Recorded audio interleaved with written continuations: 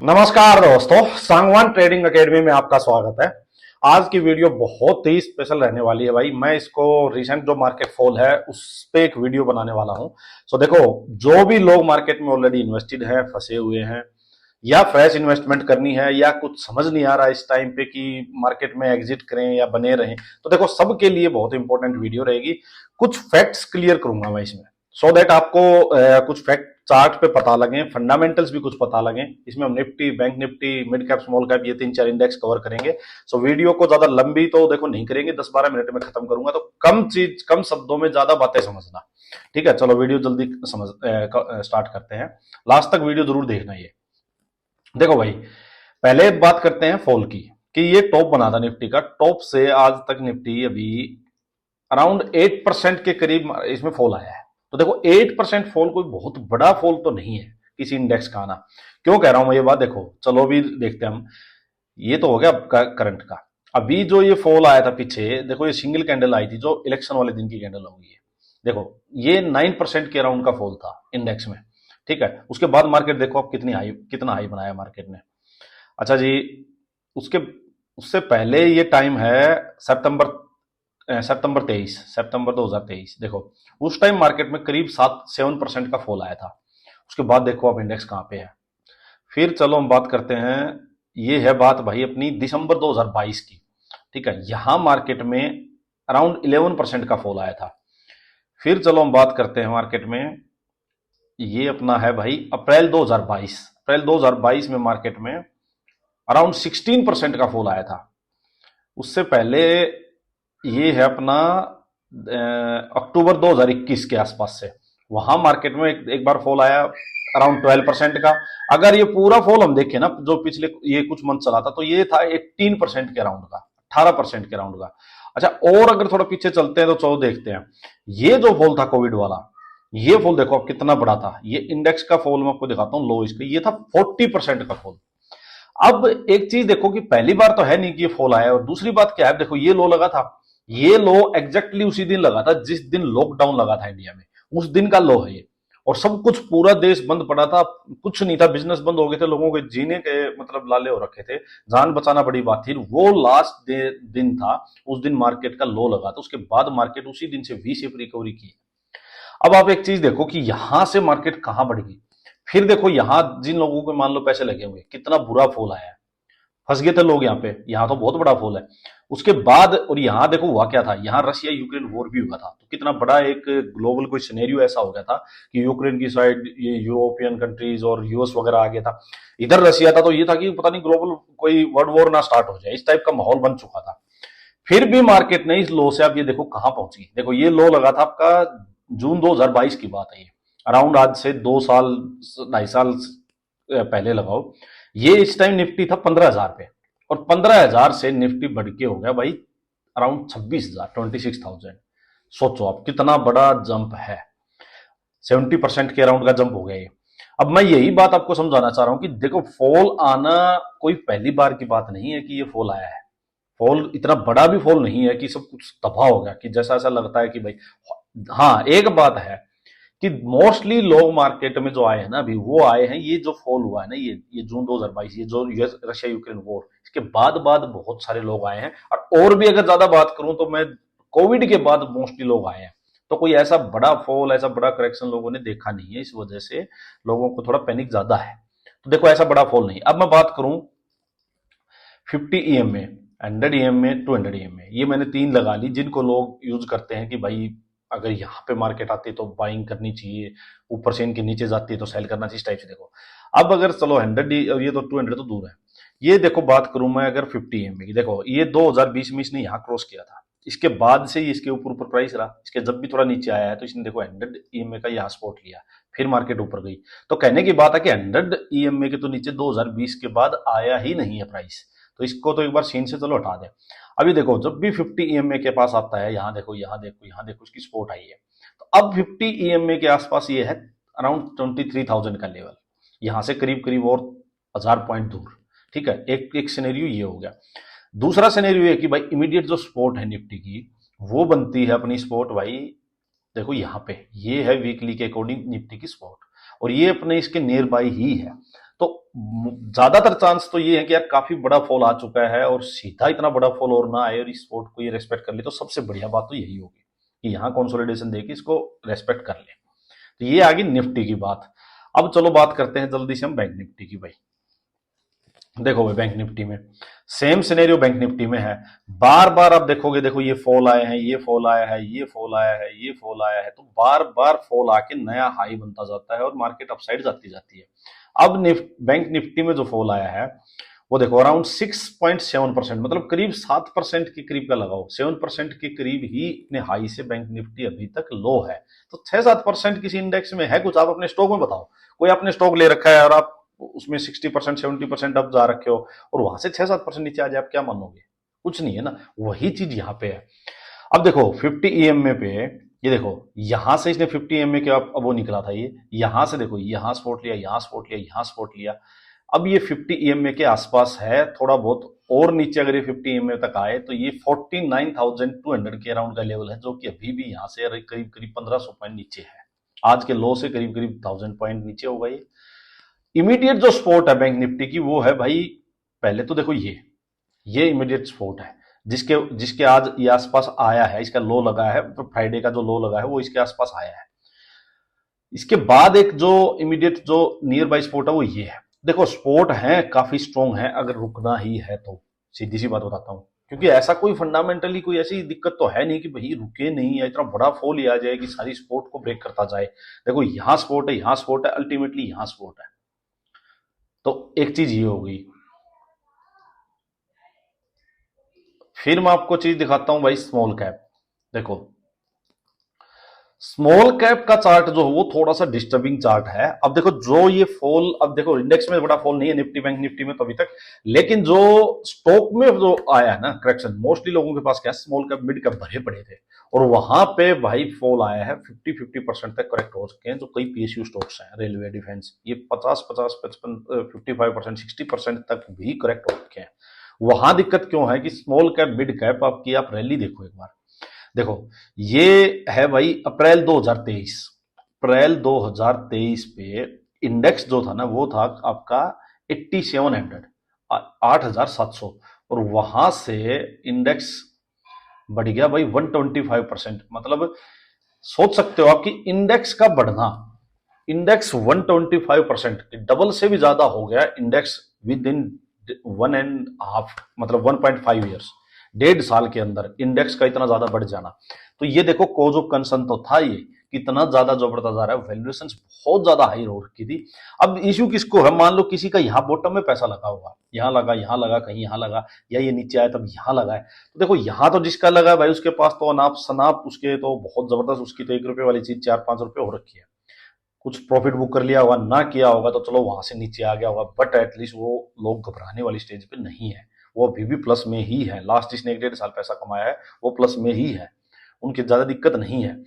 दिक्कत किसकी है मैं बताता हूँ, दिक्कत उसकी है भाई जिसका पैसा यहाँ टॉप पे लगा हुआ है, जो फ्रेश पिछले 2-3 महीने में ही लगा है। आपने देखा होगा, मैं अपने टेलीग्राम ग्रुप पे जब भी स्टॉक्स की स्टडी पोस्ट करता था तो मैं एक बात बोलता था कि भाई जो भी अब टॉप पे ले रहे हो, जो भी फ्रेश बाई कर रहे हो, और अगर वो आपका मान लो 5-7-10% प्लस में चला गया, वो नीचे आने लगे तो अपना कोस्ट टू कोस्ट एग्जिट कर देना। मैं वैसा ये बात आपको बोलता था, क्योंकि अभी जो स्टॉक थे वो सब टॉप पे खड़े थे भाई, और टॉप पे जो स्टॉक खड़े हैं उनमें अपने कोस्ट टू कोस्ट एग्जिट, क्योंकि वहां से करेक्शन आएगा तो बहुत सही वाला आएगा, चाहे स्टॉक कितना भी अच्छा हो। अब देखो बहुत बढ़िया बढ़िया स्टॉक है जो कि भाई करेक्ट हो रखे हैं, क्योंकि मार्केट ही पूरी वीक हो रखी है, तो सेलिंग तो उनमें भी आनी थी। अब कोई 100 रुपए वाला स्टॉक था और उसकी वैल्यू जाके 400-500 रुपए तक का हो गया, वो कितना भी अच्छा हो, बट लोग तो प्रॉफिट बुक करेंगे ना।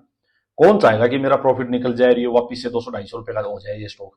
तो इस वजह से स्टॉक गिर रहे हैं, ऐसा नहीं है कि कंपनी खराब होगी या बिजनेस खराब हो गया। तो ऐसा कोई भी माइंड में वो मत रखो। आपको अपने पोर्टफोलियो में एक चीज देखनी है कि भाई मेरा जो स्टॉक है वो फंडामेंटली अच्छा है, उसकी वैल्यूएशन ठीक है। अगर ये सब क्राइटेरिया है तो वो हो गया होगा 20-30-40% डाउन हो गया होगा, आप कुछ नहीं कर सकते, हो गया तो हो गया, टेंशन लेने से कुछ नहीं होगा। ज्यादा से ज्यादा क्या होगा अब एक बात बताओ, ये यहां से स्मॉल कैप यहां गिरा था, चलो यहां से ये गिर गया था अराउंड 15%, ये तो ज्यादा दूर की बात नहीं है, अभी फेब मार्च की बात है, इसी में 2024 में इसकी बात है।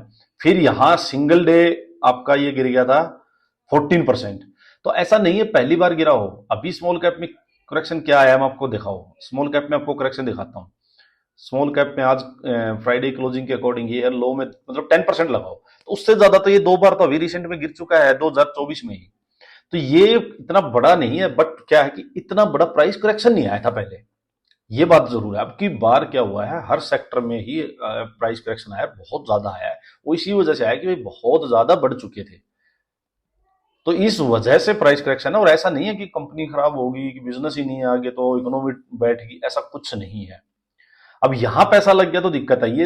अब आपको मार्केट में सीखने वाली चीजें हैं ये। चलो अब मिड कैप का चलो डिस्कस नहीं करते, स्मॉल कैप पर यही है।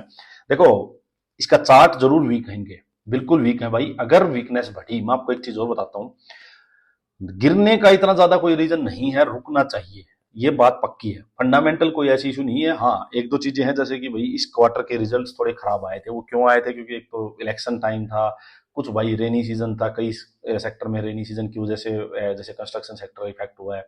तो कई रीजन है जिनकी वजह से रिजल्ट्स खराब आए हैं, इस वजह से करेक्ट हो गए। अब ये बहाना होता है कि बहुत ज्यादा बढ़े हुए थे, इनको थोड़ा सा गिरना था, रिजल्ट खराब आ गए, ये बहाना मिल गया, गिर गए।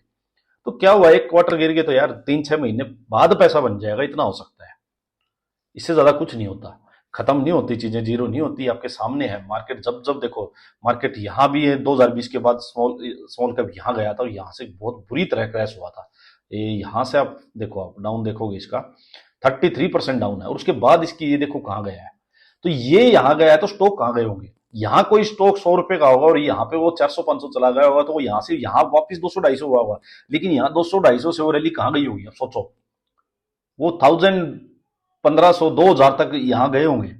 तो अगर आप इस फॉल में बैठ सकते हो ना, अगर आप इसमें बैठ सकते हो, तो ही आप ऐसे ये बड़े वाला मुंह जो है ये तभी पकड़ोगे भाई, ये बात भी आप पक्की मान लो। तो इस वजह से मैं आपको एक बात बोलता हूं फाइनल, चलो इसको सम अप करते हैं। देखो दो चीजें हैं अब, कि एक तो भाई करें क्या। देखो करो, ये सिंपल बताता हूं। अब मान लो जो लॉस होना था हो चुका है, 20-30-40% करेक्ट होने थे वो हो चुके हैं, ठीक है। अगर आपके पास फंडामेंटली अच्छा स्टॉक है, आपने उसकी बिजनेस उसको देख के लिया है, अच्छा है वो स्टॉक, तो आप होल्ड करो, भी बैठे रहो भाई। मैं पर्सनली अपने स्टॉक्स को होल्ड किए हुआ हूं, ठीक है, कोई बात नहीं। अब ज्यादा से ज्यादा क्या होगा, पैसा 2-4-6 महीने लेट बन जाएगा। पहले क्या था, हर महीने 50% अब जा रहे थे स्टॉक, 20-30% मिल रहा था। अब नहीं मिलेगा 6 महीने, थोड़ा सा मार्केट स्टेबल रहेगी, कंसोलिडेट होती रहेगी, फिर मिल जाएगा पैसा, तो कोई बात नहीं है। एक अच्छी लर्निंग आपको क्या मिलेगी इससे, लर्निंग देखो मार्केट में, ये बात जब मैंने मार्केट स्टार्ट की तब मैं बड़े बड़े इन्वेस्टर्स के इंटरव्यू सुनता था, उनकी बातें सुनता था, वो कहते थे हमेशा कि एक अच्छा इन्वेस्टर तभी बनेगा जब उसने एटलीस्ट 2 साइकिल, अप की डाउन की साइकिल दोनों देख ली होंगी, तब जाके वो अच्छा इन्वेस्टर बनेगा। तो आप भी मार्केट्स में अच्छे मार्केट के प्लेयर तभी बनोगे भाई, जब अभी तक आपने एक साइड देखी है बस, कि बस पैसा डालो, पैसा बन रहा है भाई, पैसा डालो अगले दिन बढ़ा मिलता है, तो लोग कूद कूद के पैसा डाल लेते। अब आपने डाउन साइड भी देख ली, अब आप पक गए हो। तो ये एक लर्निंग भी है, पॉजिटिव ढूंढने की चीजें भी बहुत हैं। तो पॉजिटिव चीजें देखो कि हाँ यार सीख गया, लाइफ टाइम काम करना है। अभी तो बहुत जल्दी है, बहुत स्टार्ट है अभी तो, लाइफ टाइम काम करना है। हाँ आगे तक इसको एक बहुत बड़ा एक करियर बनाना है, अच्छा एक मार्केट में अपना बड़ा पोर्टफोलियो बनाएंगे, बढ़िया पैसा कमाएंगे। तो वहां तक जाने के लिए अच्छा है कि इनिशियल स्टेज पे ही आपको अच्छी चीजें, मतलब जो एडवर्स जो चीजें होती है ना, कि भाई नेगेटिव इंपैक्ट क्या आ सकते हैं, वो भी देखने को मिल गया हमें मार्केट में। तो आगे से ध्यान रखेंगे हम कि भाई यहाँ टॉप पे पैसा ना लगाएं, यहाँ टॉप पे लगाएं तो कोस्ट टू कोस्ट एग्जिट करें, फंस के ना बैठे, पैसा हमेशा बॉटम में लगाएं। जब भी मार्केट गिरेगी तो इसका मतलब वो पैसा लगाने का मौका देगी। तो ये कई चीजें देखनी है। स्टॉक वही लेंगे जो फंडामेंटली अच्छा होगा, ना कि यूं कि किसी ने बोल दिया वही ले लो। फंडामेंटल्स अच्छे हो, 4-5 साल की बिजनेस आगे का पूरा व्यू हो, उसका मैनेजमेंट की गाइडेंस अच्छी हो, इस टाइप का स्टॉक लेंगे। तो ये सारी लर्निंग मिली है। तो अब क्या करो, देखो भाई हो चुका है वो हो चुका है, डरने की बात नहीं है। अगर स्टॉक अच्छा है तो लेके बैठे रहो। ऐसा भी होता है कई बार कि एक स्टॉक पूरे 11 महीने नहीं चला हो पूरे साल में, या पूरा साल नहीं चला हो, जब चलने की बारी आई तो उसने 1 महीने में उसने पूरे साल 2 साल का रिटर्न भी दे दिया। स्टॉक का ये भी है। तो जो अच्छी चीज है वो निकल के आएगी नीचे से, उसको कोई नहीं रोक पाएगा। जिसकी वैल्यूएशन अच्छी है वो एकदम से आएगा, फटेगा किसी दिन। तो आप दर्श पकड़ के बैठे रहो। लॉस तब तक है ना जब तक बेचा नहीं है यार। अब आपने 100 की चीज है, वो 70 होगी, 60 होगी, अरे भाई वो पोर्टफोलियो में चल रही है। वो आपको ये थोड़े था कि कल ही पैसा निकालना था वो सारा, वो 60-70 से 150 भी जाएगी, ऐसे ही चलती है मार्केट। तो जिस दिन 150 जाएगी उस दिन बेचेंगे हम। अब वो मुझे नहीं पता वो 2 महीने में चली जाएगी, पहले मैं सोच रहा था कि 2 महीने में चली जाएगी, वो 6 महीने में चली जाएगी, साल में चली जाएगी, लेकिन मैं तो टारगेट पे निकलूंगा ना। मेरे तो बस थोड़े यार मैं पकड़ के 100 का 150 कर दूं, करना तो मार्केट को ही था। अब मार्केट ही कर रही है तो ठीक है, मार्केट पे छोड़ दिया सब कुछ। तो ये है बात। अब बात आती है फ्रेश इन्वेस्टमेंट की भाई, कि फ्रेश इन्वेस्टमेंट कब करें। वीडियो लंबी बन गई। देखो फ्रेश इन्वेस्टमेंट तब करो, सिंपल सी बात समझो, जो 3-4 चीजें नोट कर लो। एक, स्टॉक वही फ्रेश इन्वेस्टमेंट करनी है जो फंडामेंटली अच्छा होगा, जिसके पास अगले 4-5 साल का क्लियर विजन हो, कि इसका आपको समझ आए कि यार हाँ ये कंपनी इस फील्ड में है और इस अगले 4-5 साल इस फील्ड में काम है बहुत ज्यादा, और ये कंपनी इसमें मार्केट लीडर भी है, वो कंपनी पकड़नी है। दूसरी, वैल्यूएशन कंपनी की अनाप शनाप वैल्यूएशन नहीं होनी चाहिए, वैल्यूएशन जायज होनी चाहिए, सस्ती होनी चाहिए। थर्ड, फंडा जो फाइनेंशियल रिजल्ट्स आ रहे हैं कंपनी के अच्छे हो। आप ईयर टू ईयर उसके रिजल्ट्स देखो, क्वार्टर टू क्वार्टर देखो, रिजल्ट्स अच्छे आते होने चाहिए।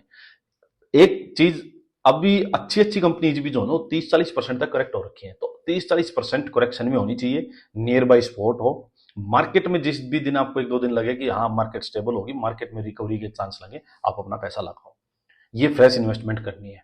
किसी को नहीं पता 100 वाली चीज अब आज मान लो आज 70 में मिल रही है, आपको नहीं पता वो पहले 60 जाएगी, 50 जाएगी, उसके बाद वो वापस 100 होगी, किसी को नहीं पता भाई। ये बात तो आप लगा दोगे पैसा तो आगे मार्केट पे ही बात है कि वो आपने लगाया वहीं से ऊपर जाएगी या एक बार और थोड़ा नीचे जाएगी, किसी को नहीं पता। इतना पता हो तो यार बात ही क्या है बस। तो ये बातें हैं मेन, मैंने आपको सारी एक एक चीजें खोल के बता दी हैं। भाई नहीं पता अब ये यहां से ये यहां जाएगा, अब अगर ये इस पे भी नहीं रुका मान लो, तो भाई इसके पास और स्कोप भी है नीचे जाने के लिए, ये एक स्ट्रॉन्ग सपोर्ट बन के आती है। फिर अराउंड अराउंड यहाँ से 15% का और फॉल है। अब नहीं पता ये यहां तक जाएगा या नहीं जाएगा, हो सकता है एक ये भी इसके पास नया इसके पास स्पोर्ट है, ये अल्टीमेट स्पोर्ट है, ये और बढ़िया स्पोर्ट है, किसी को नहीं पता भाई ये कि कहां तक जाएगा। अभी सच्चाई तो देखो यही है। ये देखो नेक्स्ट एनडीएमए की सपोर्ट 15,000 के आसपास है, तो ये बहुत स्ट्रॉन्ग सपोर्ट एरिया है, और ये भी एक स्ट्रॉन्ग सपोर्ट एरिया है अगर इसको रुकना ही है तो। बट हाँ, चार्ट वीक है बिल्कुल, इसमें कोई डाउट नहीं है। बट देखो चार्ट तो हमेशा ये गिर रहा था तो भी वीक ही था, कोई सपोर्ट नहीं थी, कुछ नहीं थी, कहीं से भी भाग गया था। तो इस बात पे नहीं जाना भाई, गिरेगा तो गिरेगा, जाएगा तो जाएगा। हमारा काम है, हमारा धर्म सीधा सा ये है कि मार्केट में बैठना है, पैसा लगाना है, मार्केट ही पैसा देगी। सिंपल सी बात है, बस इतनी सी। तो बस वीडियो को यहीं एंड करते हैं। कहने का मतलब मेरा यही है कि फालतू का पैनिक लेने से कुछ नहीं होगा, कुछ भी नहीं होगा, आपके बस में कुछ नहीं है। और अगर आपने इतना सब कुछ पेन झेल लिया और अब अगर निकल के भाग गए, तो फिर जो रिकवरी होनी है आप उससे भी दूर हो जाओगे, तो आपको सिर्फ पेन ही पेन मिलेगा। सिंपल सी बात है ये भाई। जहां एवरेज करनी है वहां जो स्टॉक 30-40% गिर चुके और बढ़िया जहां सपोर्ट पे हैं वहां एवरेज करो। किसी को कोई भी क्वेश्चन हो पूछना हो तो कमेंट बॉक्स में भाई डालो। किसी को कोई स्टॉक से रिलेटेड कोई बात पूछनी हो, कोई भी जहां एवरेज करना, कुछ भी पूछना हो XYZ, वो मेरे को कमेंट बॉक्स में मैसेज कर दो, ठीक है। चलो, थैंक यू।